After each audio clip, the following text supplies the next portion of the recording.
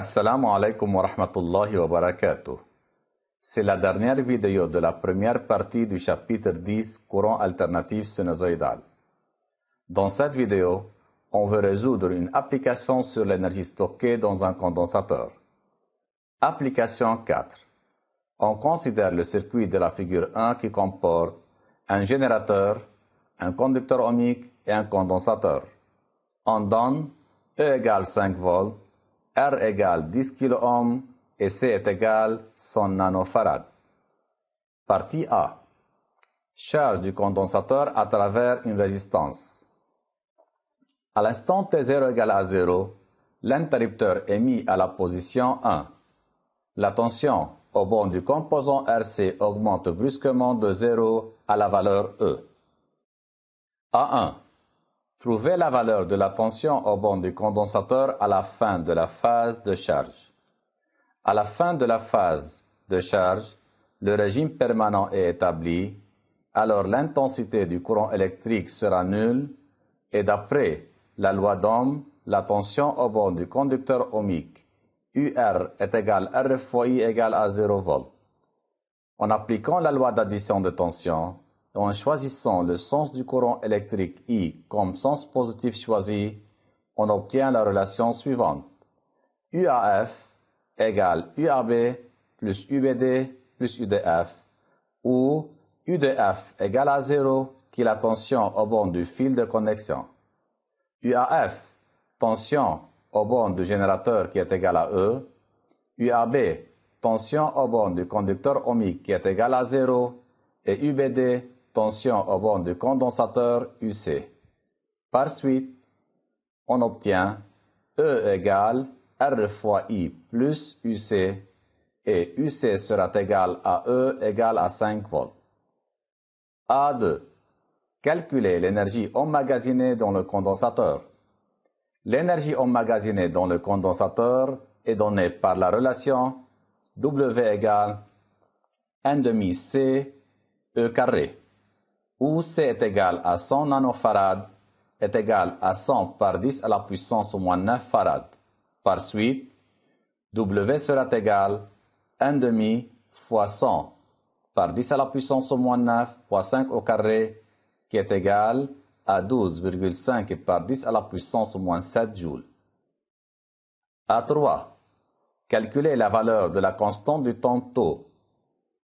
La constante du temps tau est donnée par la relation tau égale RC égale 100 fois 10 à la puissance 3 fois 100 par 10 à la puissance moins 9 est égal 10 à la puissance moins 3 secondes qui est égal à 1 milliseconde.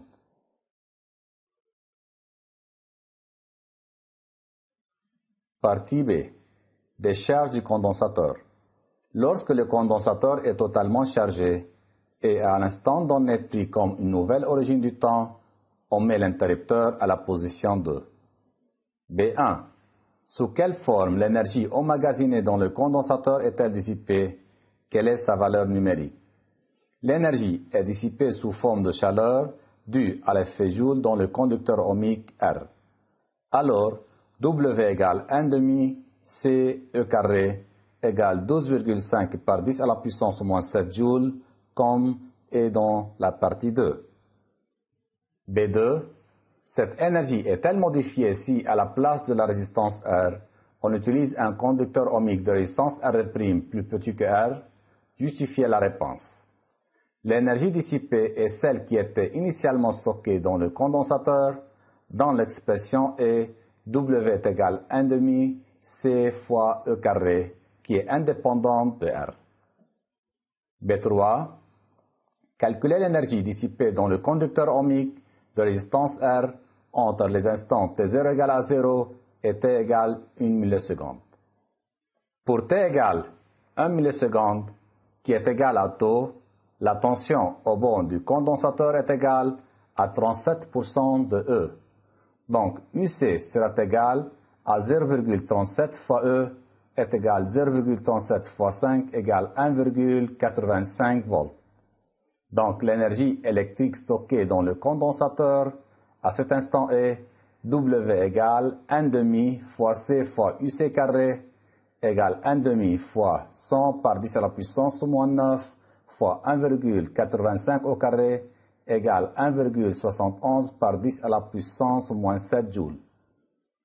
L'énergie dissipée dans R est WR, qui est la différence entre l'énergie stockée à l'instant t égale à 0 et l'instant t égale 1 milliseconde.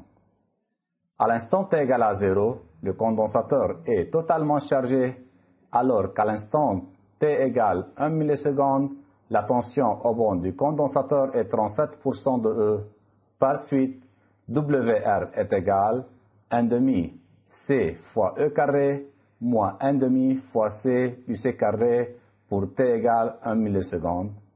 Alors, WR est égal 12,5 moins 1,71 par 10 à la puissance moins 7 joules est égal 10,8 par 10 à la puissance moins 7 joules.